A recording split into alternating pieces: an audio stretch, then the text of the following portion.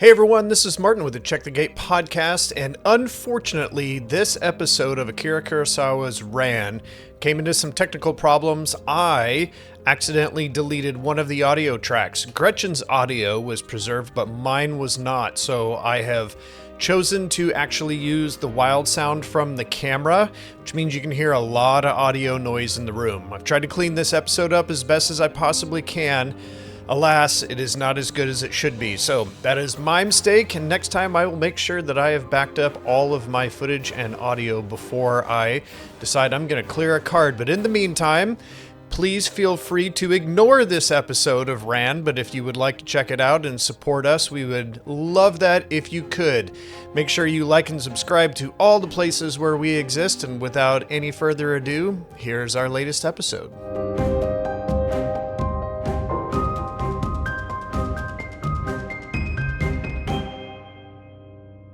Hey, Gretchen. Hey. We are back with another episode. Doubleheader. Yep, this is part of our doubleheader of Kurosawa films. We did Dreams last episode, which was so good. Yeah, and this episode, we are going to be talking about the 1985 absolute magnum opus by Akira Kurosawa. I think his final Shogun film of all time, Ran. Yeah, wow. This was my first time watching it. Oh. I wish I had seen this on a big screen. I mean, my TV is pretty big. It's a pretty good sized TV. Yeah, it's a good one. But I did get to see it was a giant, it was a restoration version of it. It was like a 4K restoration of it. It was stunning. Yeah. Completely stunning. It's such a beautiful film. Well, and I'd seen stunning. like small vignettes of it, so I like reference wise, like I knew what it was, and I know about the film, and I knew the premise of the film, but I hadn't seen it to its entirety. I kind of like was like, oh, you know, it's another like one of Akira Kurosawa's samurai films, and having loved like Throne of Blood and like Hidden Fortress and Seven Samurai, I was like, I've seen them. We had talked about in our last episode, I had said like I would never count myself a fan because I don't think I know enough about his film, but I'm starting to think I'm a fan. I might be a fan now. Good. That's what I love to hear. Yeah. And we love to hear all sorts of stuff from fans because we are the Check the Gate podcast where Gretchen and I get together and watch a movie and talk about them, but we never know where that discussion is going to go. We don't know where the discussion is going to go. We could be all over the place on this one. I'm going to try not to be like a total chatterbox because I could nerd about this movie so much. Yeah. I mean, there's a lot to talk about in this film. Yeah. Gosh. Yeah, it's kind of a long film. It's 2 hours and 40 minutes. I don't know how you feel. We didn't get to watch this one together, which I'm a little bit bummed about. I would have loved to have watched this one with you. This film doesn't feel like it's 2 hours and 40 minutes. It doesn't run like a long film. No. There isn't much drag for me. Like there's sometimes you watch a film and there's there's too much silence and whatnot, but I feel like the moments that were silent in this were completely overwhelmingly beautiful or taken up by gorgeous landscape or something visual that I was like wowed by, that I couldn't take my eyes off the screen, and it didn't feel like I was being there wasn't any drag at all. Yeah. And I happened to be in luck that it was a delightfully rainy day, and I had a cozy kitty cats in my lap and watching this, and I just was completely mesmerized and compelled the entire story through. And it helps that I have a little bit of background in Shakespeare. Yeah, absolutely. I know a little bit about Shakespeare. Fantastic. Oh, man. Shakespeare or Greek tragedy and all of this stuff. Oh, my goodness. This film has just got all of this wonderful, iconic characters that just, they have this eternal struggle that you can, it's iconic. It's such a breathtaking film. So.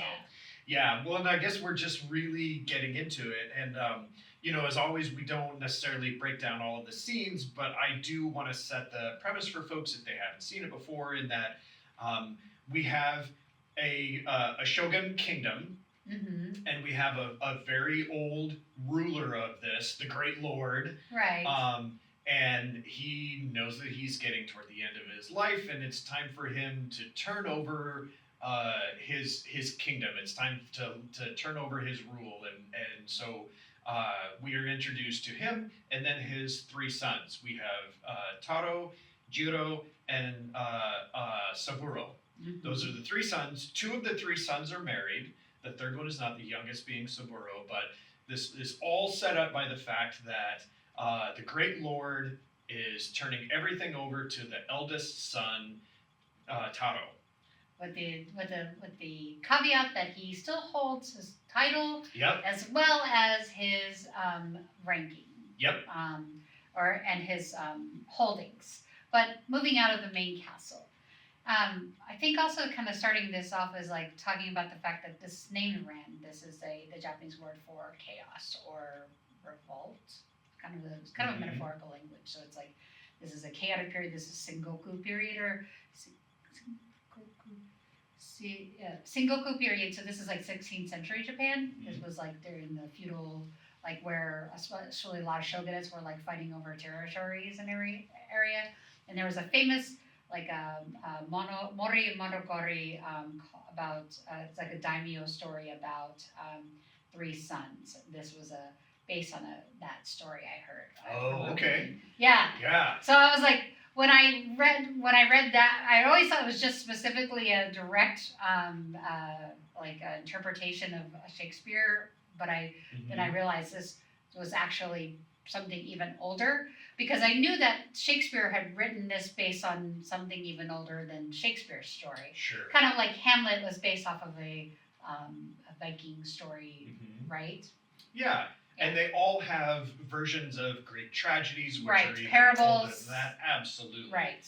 Yeah. The older story being there was the same kind of similar situation. That it's the Mori Montanari. Sorry, my Japanese not as best as it used to be. But that story being the daimyo of like the feudal lord having three sons, that he was redistributing property, and that the two older sons were like, "Father, we love you, thank you so much," and the oldest son was like, "I'm not giving being like," the youngest son being like, "I'm not like kowtowing to you because you're like just because you're redistributing all your holdings to us."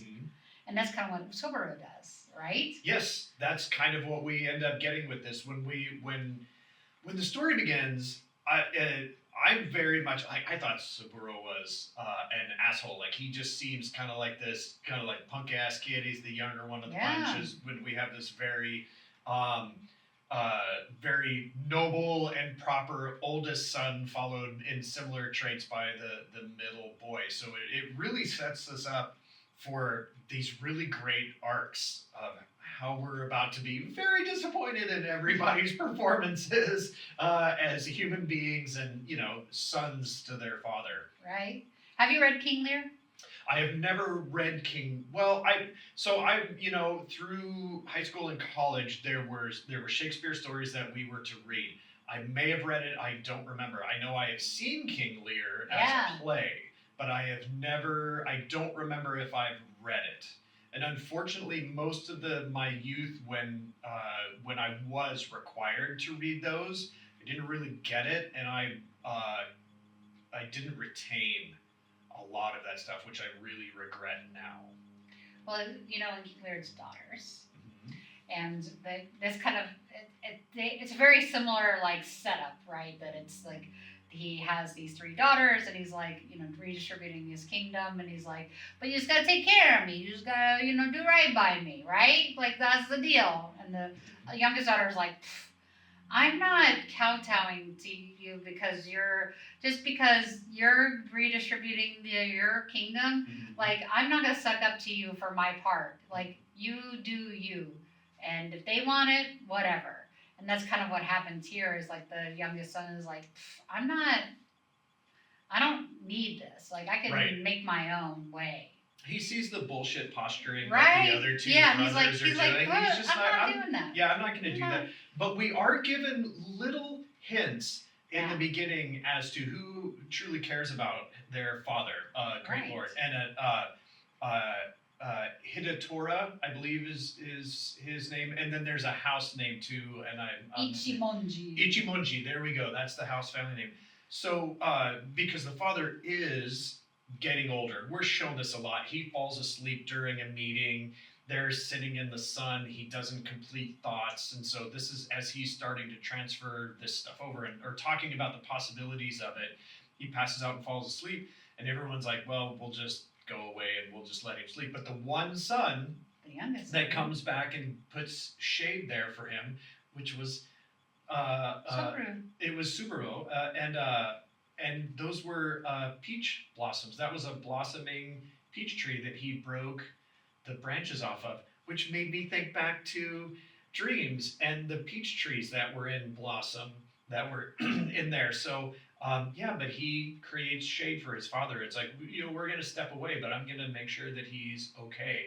So it's interesting to already see this setup of like, he's kind of a little punk ass bitch, but he's the one that still cares while he's being dismissive of this whole properness that's happening. Right. Well, he sees that it's like that what his father is asking for or forcing upon them is like a respect, and he's like, I'm just gonna give you respect because I love you and you're my father, but I'm not going to be like, don't force me to be this. Right. It's not transactional because I want to get this thing out of it. Right. Yeah. Which obviously we've got a movie, so it sets up a whole bunch of stuff that ends up happening once we do have this transfer. And like you said, we've got Hidatora hands everything over to the oldest son, Tora.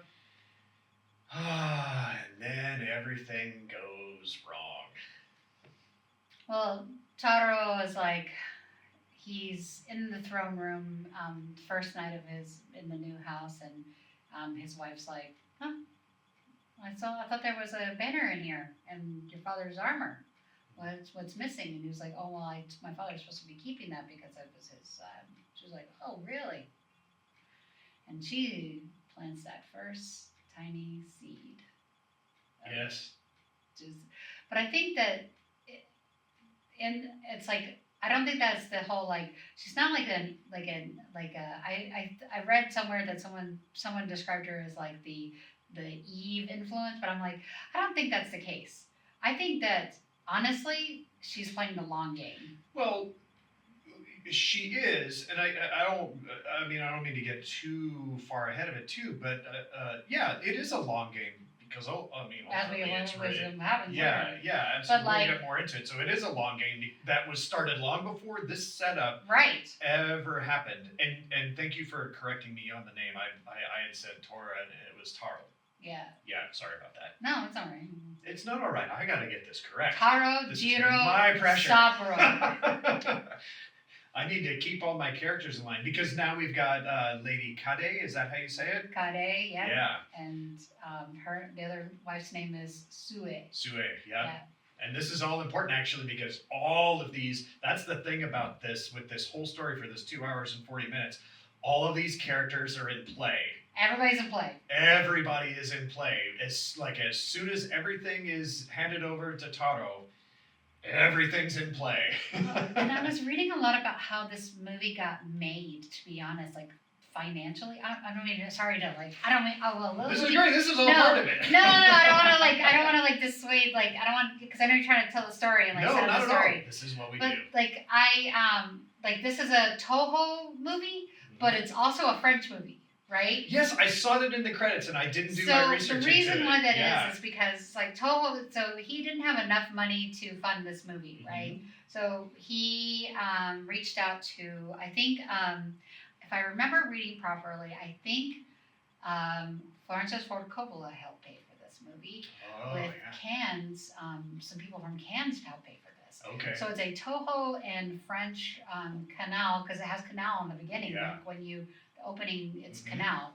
So I think I'm almost positive it's a French, because like Toho will flag this for copyright infringement if you use any videos of it.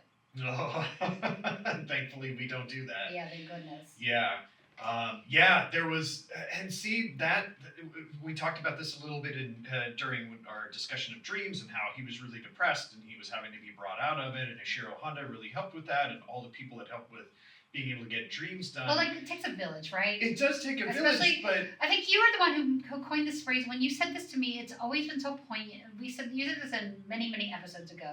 As you said, it is a miracle that movies get made, and so this is one of those examples, right? Like, a million of miracles happening to make movies happen. And literally, this movie was written in like the 70s. He wrote and arted out this film like before, a decade before he even made it.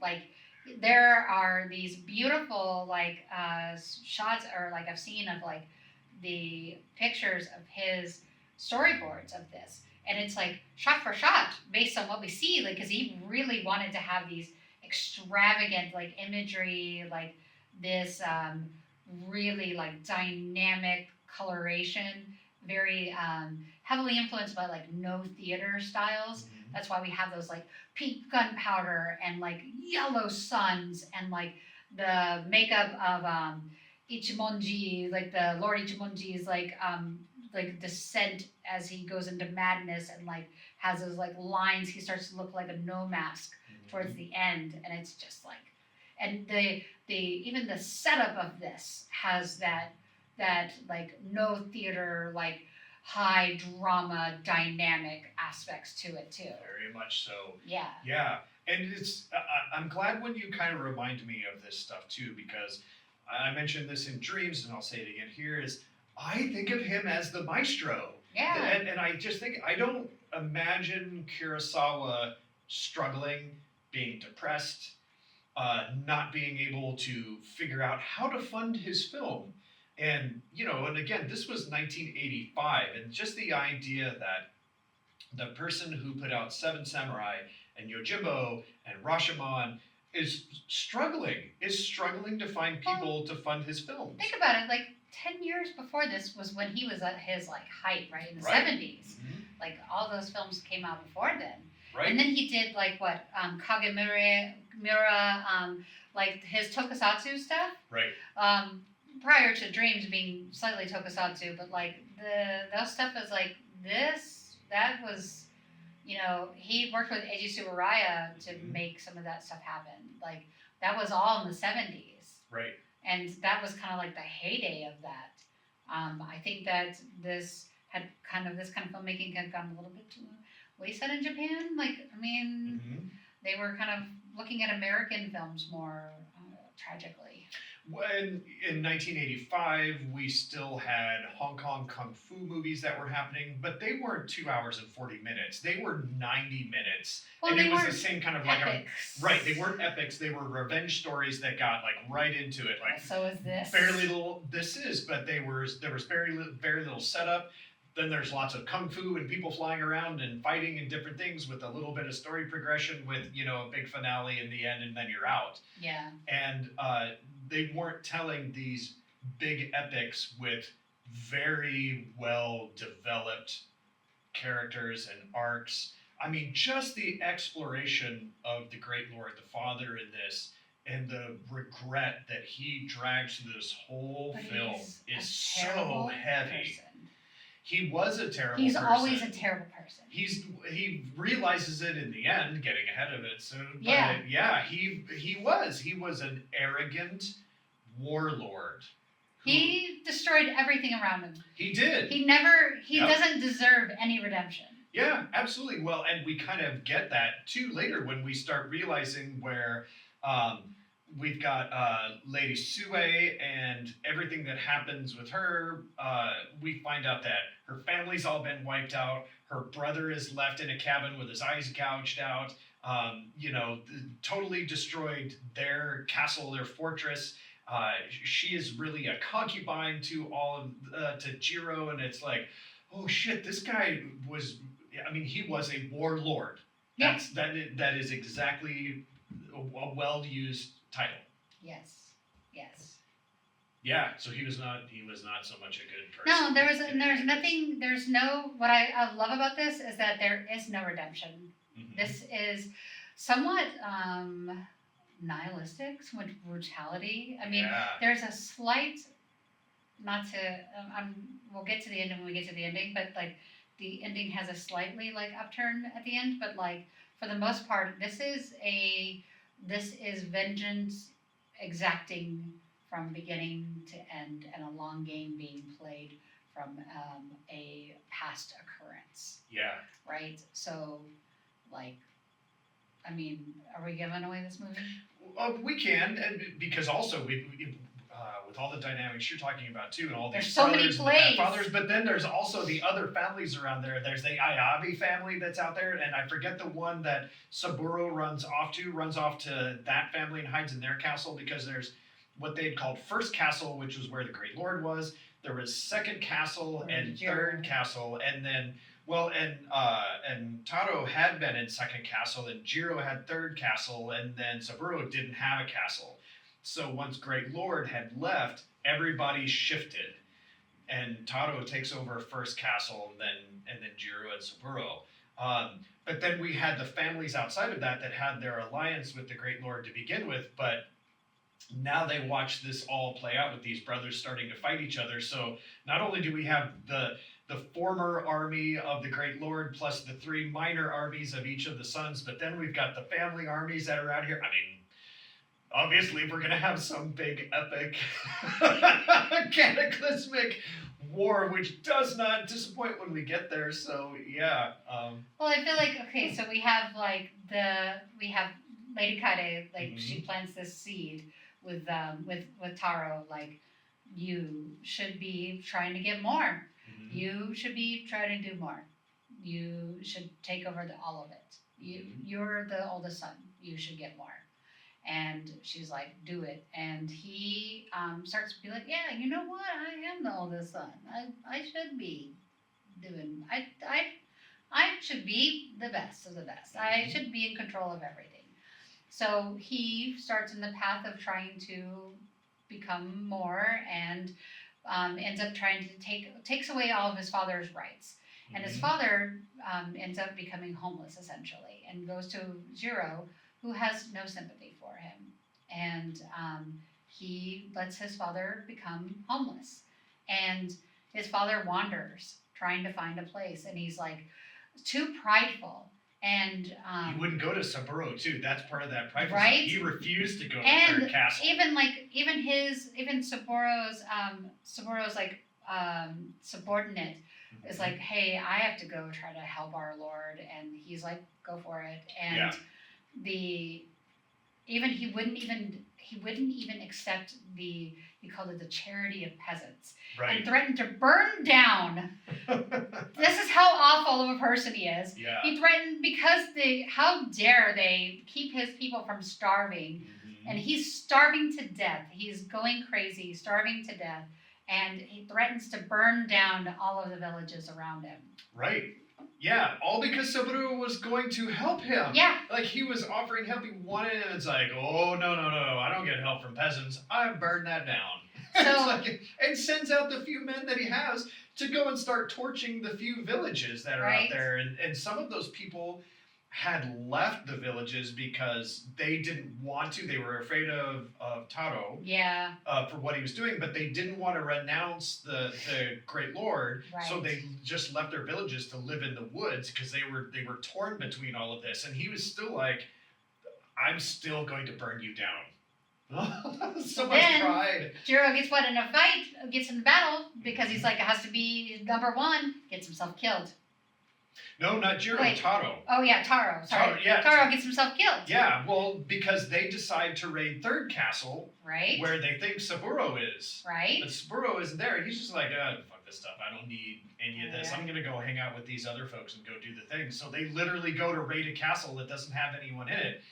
That's where Jiro plays his hand. Yeah, and he gets himself assassinated. Yep, Jiro kills Taro. But Jiro's people kill Taro, right? No, that's right. He claims his people. Jiro orders it, but it's his second in command that does it. And he's a coward about it. Yes. That's what the thing of it is. And Kaede plays her hand at this point, knowing that she reveals that she is the daughter of the original owner of the first castle. Yeah. So she's like, I just want to keep my freaking castle Mm-hmm. at this point. So all she cares about is keeping Bedlam happening, that she keeps her spot at her home and is in charge. So she's like, well, you have to take out, like, Sue has to be gone so that I'm the number one lady. I couldn't handle it if anybody else was. Yes, like, that was so good. I couldn't stand the thought of any other woman. Of anyone being alive who has slept with you since I am now with you. Right? Oh, man. I mean, she pretty much raped him. Yeah. Wow. Mm-hmm. That was a lot. And then threatens to kill him on top of that. And it's just this intense. He's so weak too. I mean, he was just such a pushover. Yeah, and but he's a coward. Real snake in the grass. He is. He's a coward and he's a snake. Everybody else does his thing. He's really weak but he's manipulative. Right. And she saw through that and used him. Oh, absolutely. That's what I'm saying. This is a movie about vengeance. Yeah. As well as, like, seeing the interplay of, like, when you're a terrible person, how terrible things continue kind of situation. Because it's like during all of this, like, Lord Ichimonji is, like, still, like, kind of suffering and is out in the wastelands and, like, never, like, being allowed to, like, have his lordliness. Right. And, like, it's just, he's pretty much, like, left to suffer on the wayside the entire time. Yep. Because he has inflicted this upon these people. Mm-hmm. I mean, they, even to the point of where he's, like, won't accept charity and then loses his mind and is his decline into madness. They're trying to help him and try to bring him to refuge and is pushing away all refuge. Right. Yeah, he's pushing away any type of help because he thinks it's charity, and that's not what a warlord gets. No. Not supposed to have that. He's not letting go of any of his pride. He still thinks that he is deserving of all of his title, and everyone should be respecting him. They should be falling in fear around him. And nobody is. They've stopped doing that. So, in the thing that started all of this with him recognizing that he's getting old and he's tired and he's falling asleep, but he's in dementia, and this really does, it just kind of pushes him over the cliff. He's mad most of the time. Mad as in, having dementia. Yeah, I mean, and what the best part of it is that it's such a good, which is very Shakespeare, which is very Greek tragedy, with very no theater, is this character, Kiyomi. He is the fool, right? Yeah, the jester. He is the chorus. He is the reflection to the audience that shows us, like, he is a mirror to us, like, to show us, like, what we're seeing. Like, he's like, for instance, that he has that very poignant line of, like, in this, like, the sane world, the insane, oh, damn, nabbit, I knew the line before. Oh, shoot, dang. Anyways, in this insane world, the sane are the sane, or something like that, or the insane are the sane. Do you remember? Yeah, it was something along those lines, that in an insane world, the insane are the same people. Yeah. Something like that. But basically, he is the mirror in this story. Like, he shows us that Jiro is waffling by being a gourd that shakes either way. Yeah. He mocks Taro's, like, pomp and circumstance. Mm-hmm. Like, he is example, and he shows the kindness of Saburo. So it's like he is our as an audience, as our reflections for us to see. Yep. Like, we know, so we can see very poignantly what's happening. He's the fool. He's supposed to be that jester. He's supposed to be entertaining or passing on, like, telling these stories, like keeping the great lord entertained. And really, he's kind of the marker for, actually, this is what's really going on. Well, like, Shakespeare uses these kind of things. Exactly. Right? These are Shakespeare's, like, storytelling tools, like, kind of like in Greek tragedies, they're used as a chorus, like to kind of give us like as an audience, like in Hamlet, it's Rosencrantz and Guildenstern, right? They're like the characters that are supposed to be the kind of the give us the audience perspective, right, to kind of push the narrative slightly, mm-hmm. and that's what Kiyomi does. And you can take them as non-serious comic relief, but really, in hindsight, you're like, oh, they were nailing it the whole time. Right. So that is, I thought that was I loved that character a lot. I also really loved the part where when the Lord is wandering and Saburo is taking care of him. This is past like Taro's death, and Jiro is trying to make his move into being like the head of everything, and the wars are starting to kind of amp up, and like everybody's kind of getting like the unrest starting to happen, and like Saburo is kind of like starting to get a little bit of backing and whatnot, because Saburo is like finally like, well, okay, I don't want to be in charge, but I also like Jiro's garbage fire, and Lady Sue has been exiled from the. Well, she's on the run. She's not exiled. Yeah, because they know that Lady Kade supposedly was beheaded because Lady Kade wanted her beheaded. I love this connection. Oh my gosh, yeah. Because this it brought me immediately back to dreams. Right, because what does he do? He hands her a Jizo statue of a kitsune, right? Like the head of a kitsune. And he was like, well, she's got to be like a fox spirit then. I mean, because they're tricksters and they turn into people all the time. Like, names off all of these, like, famous, which actually are very famous, like, Mora Montari stories that are about, like, people that were married to foxes or, like, were possessed by foxes. Yeah, they're like a shapeshifter that's there to deceive humans. They're famous stories, and that's like what the yokai kitsunes were known for, right? Oh, like I never knew that, and it's just so good. It's such a cool, like they are they are the shapeshifters as well as tanuki, yeah. Yeah, so the kitsune are like tanuki, like, and then they're shapeshifters, but like. Tanuki tend to be like, they take on like dumpy kind of characters, where kitsune take on like beautiful women, generally they're beautiful men, and like, so Sue is like, supposedly a fox spirit. But what she actually is the owner of the house that was, the family that was taken over, and their estate was taken over, and their house was burned, as well as her little brother blinded. But also she was a very devout Buddhist. And there was a poignant moment in the story where Lord Ichimonji is talking to Sue, and she's doing her sunrise prayer, and he's like, your smile makes me sad as well as your sadness makes me angry. And like, just because he's reminded of the fact that he is a freaking terrible person. He did all of this. He's the one who destroyed her. Yep. Like, her smile is fake because she's like, I have to smile.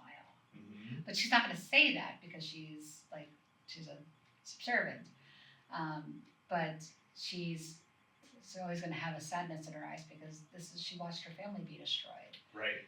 And I feel like with her brother, part of the interesting aspects about him is that him being blinded was that his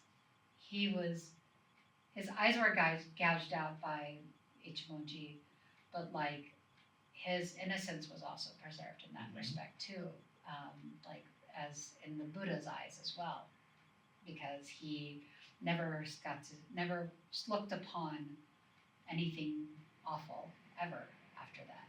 He was not vengeful in any way. Like, of all the people that neither was Sue. Right, and that's the thing is. But they're Buddhists, so you don't act in vengeance as a Buddhist. Sure, but I think human nature could very easily allow you to find an apologetic or to let go of those beliefs that you try to, the things that you're trying to have as guidance through. And it's interesting to see those character dynamics happen where the people who have everything are the ones that are tearing it all apart and trying to exact revenge and demand that there be some form of forced respect, and the people who had their families destroyed, their castles burned to the ground, one of them having their eyes gouged out, the other one becoming a concubine, they they stuck to the principles in spite of what had happened to them through that faith of the Buddha, and of any of the people who could be angry or want revenge, or it would be them, and they don't. Yeah. They don't want to. I mean, and I think it's the reason why he's dressed as a woman is because he's hiding out, because he like wouldn't receive, because at the first when they knock on the door and like, right, and honestly like which at first was like the Buddhist philosophy is that you like you're generous and you're like you give until you can't, you give until you give, right? You give with all. And so I was kind of surprised at first, like that, like to find that was that character because I hadn't seen this, because they Surumaru wouldn't allow them to enter the shack, but then when they got there, they kept calling him her, and I was like, oh, maybe he's pretending to be a woman because maybe that was like part of like how he kept it hidden from everybody out there by pretending to be a woman, but even though he was like blinded. Right. I wasn't sure. I didn't. That is something that because he was dressed as a woman. Right, and it's not really explained, but I also didn't get hung up on that, and it could be just that I missed it in there on that aspect of why he's hanging out dressed as a woman. Well, and then I thought maybe it's because like he's blind and couldn't see what he was wearing, and he's wearing his sister's clothes, but also kimonos, like he would know what a kimono versus like a hatori, like knowing men's clothes versus women's clothes. Like he would know, even though he was a child when he was blinded, he would know like how that felt, like looks wise, like what women's shapes were. So that's why I was like, man, because I was like way over examining that at one point. I was like, what is happening here? So I figured it was just to hide his identity. That he was the son of that lord, and that very well could be too, because he kept his hair long. His hair's long, and if you're a Japanese man in that time period, you had to have your hair back. So I would assume that the reason why they kept his hair long was to make him look like a woman. Right, and as long as they felt that he wasn't the heir to anything, there wouldn't be somebody out there trying to get revenge. Exactly. Yeah. Exactly. So that makes sense to me, for him to be dressed as a woman. Yeah. And by the time we come to him, too, I mean, we're at not the lowest, but darn near the lowest place that the Great Lord can be in. Like, he's literally on the back. Yeah. Of his son. It's Saburo's second. Oh, that's right. His Saburo's second had shown back up there to help him out and was carrying him at that point in time, and then the jester is with him as they're trying to make their way through there, because they're a little bit on the run right now. Saburo was never in Third Castle. He was with one of the other families. Jiro is trying to close all of that stuff up, and Lady Sue is about to go, or is kind of on the run now, because they all end up meeting, and this is what I love, those great storytelling, is they end up at the ruins of Lady Sue's family, the old castle that they had that was destroyed, and they were trying to hide out there. Yeah, I love that moment when she's talking to her brother. She's like, I see your castle, and he's like looking in a different direction. Yeah. And he's like, oh. Yeah. And she doesn't point him at the direction properly, ever. Yeah. Yep. It just, she talks about it and says it, but yeah, he has to say, I don't see anything. I can't see any part of it. Yeah. So, yeah. And all of this starts leading to, obviously, like, everybody's paths now are going to start converging. People are like, the tragic ending is going to happen. There is no happy ending in all of this. I mean, there might be like a little bit of one, but for the most part, there is no happy ending to any of this stuff, because we've got Lady Sue and her brother, and then she's got a handmaid with her. They're briefly with the Great Lord and the Jester, and then Saburo's second, but then they end up splitting up.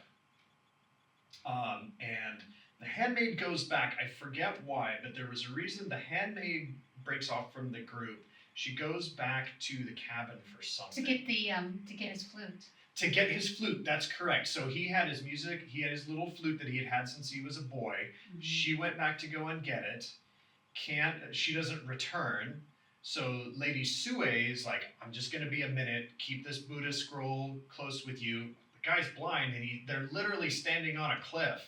And she goes to find the handmaid and find the flute and find out what's happening. Of course, that's when Lady Kade's people catch up to her, and she finally does what Jiro and his men would not do, mm-hmm. which is finish her off. Yeah. Yeah. And so, man, and I'll tell you, as like we can kind of talk about the final shot here in a little bit, but that sets us up for the final shot of the film with the brother up there, which is just it's crazy. But all of our pieces are now in play with all of these armies. Saburo wants his father. Jiro is running all of the castles. The families outside of there have all put their armies together, and also, like, let's talk about how beautiful this war scene is. Oh man! This castle burning. This is beautiful. Well, and for first castle and for third castle, because they burned down. That's third right. Castle. Like, all of these scenes are just, I mean, they're magnificent. I mean, it's unbelievable. If you get an opportunity, look at the storyboard art for this, because mm-hmm. it is like, I mean, if you look at like the shot, the close up of him, like of Lord Ichimonji, like standing, like looking like a ghost, like with his deep, like set lines, like that mask that has like the beard, castle, yes. Like that look, like where he's like wearing his like robe and it's the sky behind him. This there's a storyboard image of this that is so spectacular, and it looks like shot for shot of that, and the rows of like the coloration of like the banners and against these stark like black and gray like soldiers and mm-hmm. sea like horses, and just so beautiful, so beautiful. And that is what I think is going to turn me into the biggest fan of Akira Kurosawa in general, is that he is attention to thoughtfulness of color and like what color represents and what it means and what it evokes feeling wise, because where he places color and uses it to, he maximalizes like intent with intention. It creates these like dynamicness and a like he really like uses it to dynamic purpose. Does that? Absolutely. It's very intentional. It's very well thought out. And, you know, with Dreams being what it is as a film, and I see this, and I feel like he's dreaming about all of this stuff constantly, thinking about it, dreaming about it, drawing it, painting it, everything, because, like you said, the banners, the armor, there's no confusion as to who anybody is. The colors, the vibrancy, everything about all of this is so meticulous and thought out and beautiful, as well as the scale. When we finally come to the big war, holy shit, Gretchen, there must have been 2,000 people out there running around doing things. Horses, cavalry, archers. I mean, remember, this was a struggle to get made. I know. I mean, like, movie, like, he struggled with money. Like, this movie was expensive. Yeah. Well, maybe you found this in your research. Each of the castles, because they did burn them down for third castle and first castle, were all of those built from scratch, or were those like existing already historic places that they built stuff inside of? Like, I don't remember. Man, they were magnificent. Yeah. Stone walls, stone structures with big wooden interiors and wooden roofs with I would assume those are not Oh. sets, but the things that were burned were like probably like obviously like a made set of some sort. Yeah. I mean, just just phenomenal stuff. And you probably know this too. It was really big in Throne of Blood. He was really known for the big scene where they're shooting the arrows. Yes. And just everything. And Kurosawa had this thing about wanting real arrows shot by real archers at the actors because he wanted the real terror to come out in their performance. And it was a thing about in that Throne of Blood where our character is like trying to dodge arrows and is trying to run out of there, and they keep shooting around him and they're hitting all around, and stuff is like literally hitting by his face and all around him. And this film, they incorporate a lot of that same stuff where like people are really shooting arrows. The dude, when the jester is making fun and Taro's man gets shot in the back, that's a real arrow shot into that guy. And you can kind of see the board placement in part of the costume because he shifts at one point in time and you see it a little bit, but only because I knew to look for it. But that dude is really shot in the back with a projectile. It's amazing. Yeah, and they have particular ways of doing it where they've got them on wires and, you know, they're not going at a full velocity of what a true arrow would do, but it's still impactful and would seriously hurt you if something were to happen. Well, and also if you notice one thing about this this particular film of war versus his other ones is guns. Yes, I was going to mention that. This is right at the time when gunpowder and projectiles were starting to show up. Yeah, this is, but at the beginning, what is also interesting is that there is the analogy made with the arrows, because the father comes from an era of arrows. Of like, this is the old school. Like arrows, with one arrow is so hard to break, but one arrow breaks, right? 3 arrows, so difficult to break. The first son can't break, the second son can break it. Third son's like, watch this, break on my knee. Right. So you just put a right kind of pressure. Right. It's such a good, it's such a perfect metaphor. It's like you put the right pressure in the right place and it's still gonna break. Right. And sure enough, it sure did. Yep. Yeah, that's all it had to do. Is it was all about, and it was, if you take your old school, your old world of thinking, yeah, these arrows aren't going to break, but we're not in the old world anymore. Right? We're in the new world, and all it took was the right pressure in the right place, which is Lady Kade. I don't know. See, that's the thing, is like, I don't blame her necessarily, because she was... I don't blame her. I think all of the pieces were in place for it to happen. Just because you're the... She gets... But in, like, other movie reviewers or like, not reviewers, she's, other writers and other critics of this film have counted her as kind of like this, like, snake in the grass. I'm like, that is not how she's actually... She is vengeance. Yes. A snake in the grass would be somebody who, I believe, wants to end up... I don't think she actually truly wanted to take over the kingdom. I think she wanted to wipe the kingdom off the map. She was just like, wanted them all dead. I want you all to fight. I want you all dead. I want all of this in ruins. You ruined mine, and yes, absolutely. So I don't think a snake in the grass is accurate. But I do think that she is a match to a fire, to a bunch of fuel that's already got gasoline on it. Oh, right. Well, and Taro is an idiot. Yes. And so is Jiro. You know, those two are imbeciles, and she is able to play upon their greed and their cowardice and their ignorance. Yes. And so she was just doing the right thing to get what she wanted. It only took a nudge. It wasn't like she had really had to do a lot of setup. Did she have to take out Sue? Not necessarily, but you know, whatever. Sometimes innocent people get killed, and but Sue had to go so that Jiro didn't have any voice of reason at all. Well, but I like the aspect of how Jiro's second knew that all of this was bad, and it was pitting Jiro against his second. And so it was causing conflict within that group already. So now they're not they're doubting each other, they're losing trust in their leadership, making bad calls.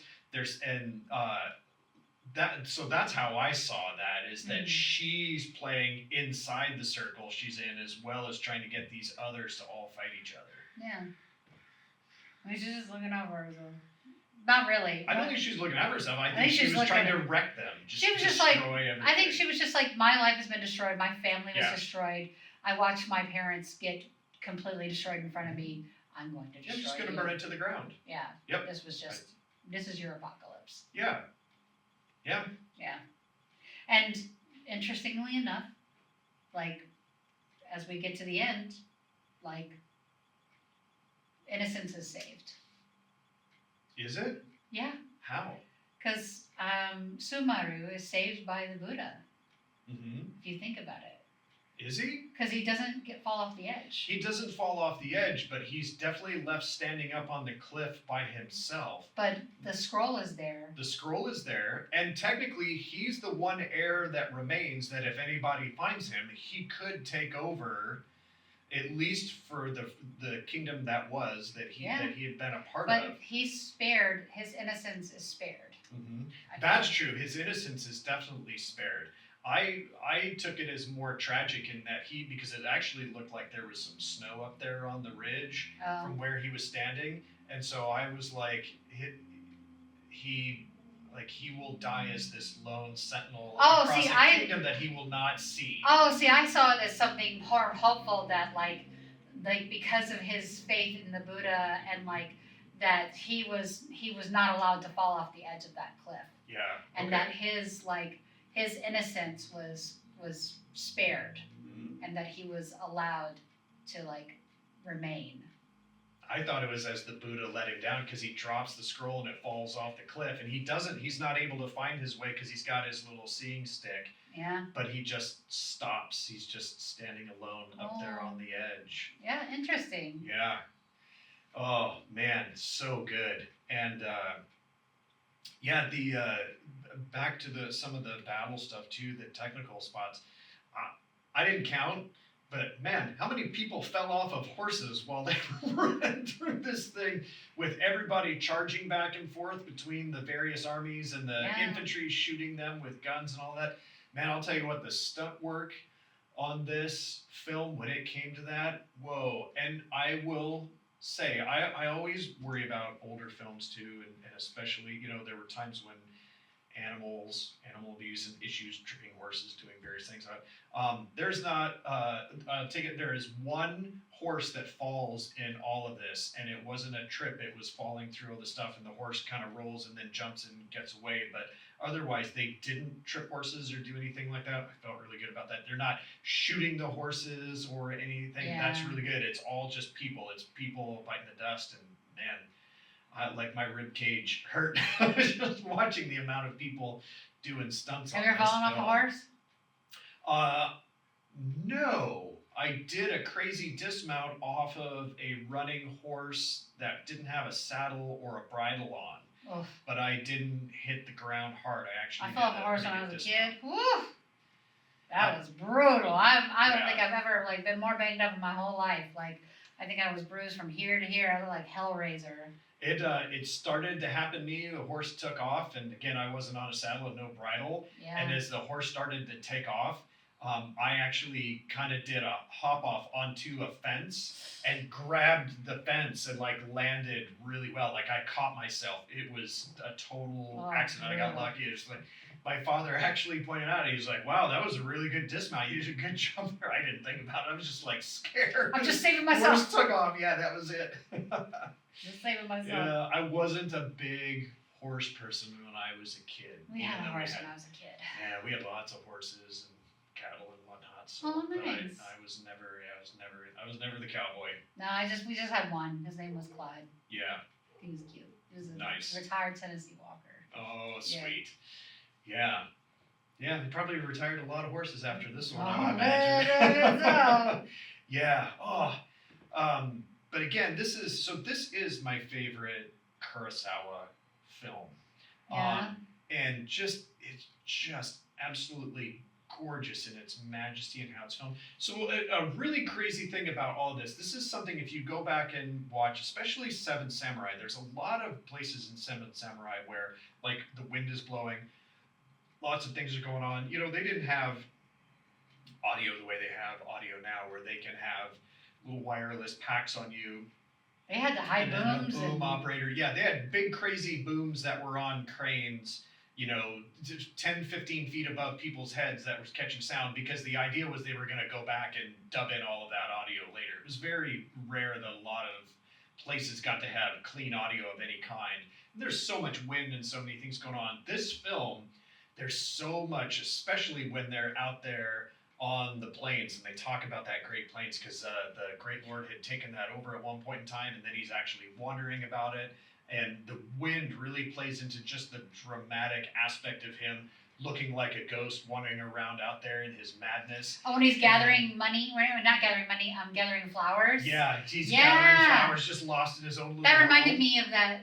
Remember that scene in Hamlet with Ophelia gathering flowers? It's just that I'm disconnected from the reality. Yeah, that was so wild. But the dialogue replacement that they went back and did in this movie is exceptional, especially for 1985. In my opinion, it's very exceptional. Yeah.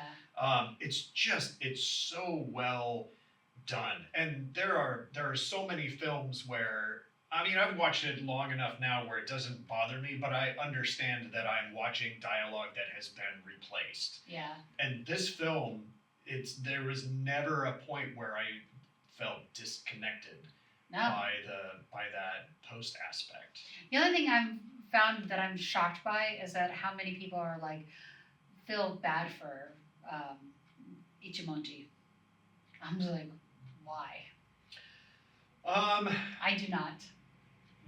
So there is an aspect of me that feels bad that he realized the most important thing literally at the last moment, when he finally had a little bit of his madness subsided for a moment, when he's reunited with Saburo and they're riding off on the horse, and it's like, I just want to love you, Father. I just want that. And it's like, that's what I want too. And then kerbam, Saburo is shot by a sniper that Jiro sends out there, and he's and that's part of the classic tragedy, right? The one time when he finally figures out, after an entire existence of warfare and being a warlord, he finally figures out what was truly important, and then he dies, because he ends up dying of a broken heart right there over him. It's not.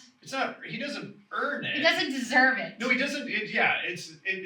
That's the right way to say it. He doesn't deserve it. And that's what makes it so much more tragic. Now, I find it tragic, but I don't go like, oh, poor great Lord. It's more like, I felt that for Saburo, because Saburo just wanted to have a father and a family, and just wanted. And that's kind of what he said at the beginning. Yeah. He was like, I just want you to be, he would kind of alluded to being like, I just wanted to have a relationship with my family. He was like, I never had any of these things. Right. And as knowing that about the way that feudal families worked, oftentimes lower sons, less the number lower, generally got treated like garbage fires, versus the one that was the firstborn son. Who the hell made that rule up? How about find the one that has the best character? Yeah. That should be the one that's in charge. But unfortunately, birth order was something important. For centuries. And still people trying to bring that kind of idea back, and thinking that it's well, it worked really well for centuries. Why wouldn't we want to go back to that? It's it didn't work well for centuries. People died of plagues all the time. People died in trenches and in wars and ran. It worked in the fact that we were able to reproduce enough to keep going. But why would you ever want to go back to such things? It's just terrible. So. I don't understand why anybody would romanticize about such times, which I think, and when I say it that way too, I think that's actually part of my realization with Kurosawa, is that he's not romanticizing about these time periods at all. He's always showing the terribleness of war. Right. It's gross and When it's he- brutal, and we're not learning Well, and anything. he shows that multiple. He does that with multiple films, and then he also shows just like the terribleness. Oh gosh, he's a little bit Miyazaki in a lot of ways. Like he does that, like tries to show beauty and things, but like is like this is fucking awful. Yeah, there's Like, less cat Well, like buses, but High Low, like or isn't that the name of that movie, High Low? there is High Low. I haven't seen High Low. That's the one with the homeless one, about the homeless families. That's one of the few that I haven't seen. Yeah, it's has this like scene where there's like all this garbage around them. It really reminds me of like right after in Godzilla -1. I kind of wonder if Yamazaki like saw that and was like, like where there all this stuff is put up on the sides and there's like little aisles of like walkway built. There's like a homeless camp that's like that. I can't remember if it was Ikuru or no, because Ikuru was about the guy. Oh, I don't know. Anyway, I've seen like several of his films that sometimes they kind of blend. Yeah. Like if you were to tell me, like sometimes like Hidden Fortress gets mixed up with Kagomura in my head. Like I don't know why. Kagomura is one that I need. But to Kagomura see. is in color versus like Hidden Fortress is black and white. Oh man, Hidden Fortress. Yeah. So good. Throat of Blood. I need to go back and watch that. Yeah. It's been a while on that one. Yeah. Well. Man. This was a good movie. Good. Thanks for making me watch it. Absolutely. Thanks for making me watch it.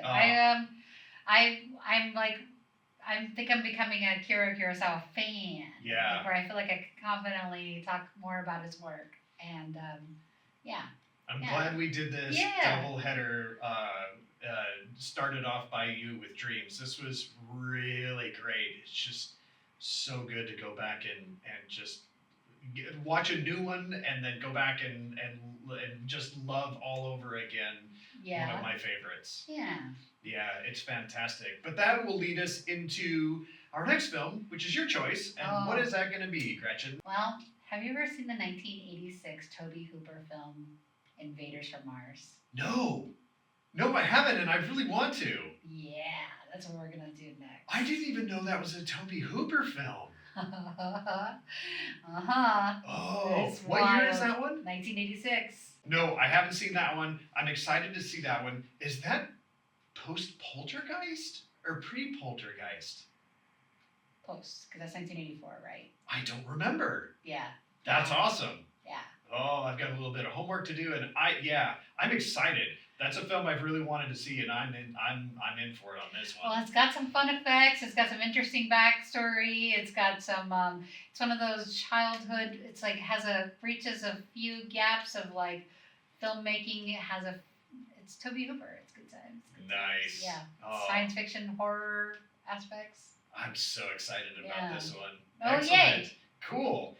Well, Gretchen, thank you so much. Yeah. And thank all of you for watching the Check the Gate podcast. And as you know, we do not have a Patreon. We don't make any money off of this stuff, but we do rely on you to help us out as an audience. You can like and subscribe. You can follow us. You can find us on all the social things, but please also engage with us. When you see us posting, you can write to us on YouTube. Comment. Tell us about how you like these films or don't like these films or don't like how I talk about these films. All of that is fair game. Talk to us on Instagram. You can follow us, you can share, you can do all of that stuff. We are totally dependent on our audience, and we love you so much for all of that. And until next time, Gretchen, thank you so much. The Check the Gate podcast is hosted by Martin Vavra and Gretchen Brooks. The Check the Gate podcast is produced, directed, shot, and edited by Martin Vavra. The Check the Gate podcast is a show by Galaxy Sailor Productions, LLC, copyrighted 2026.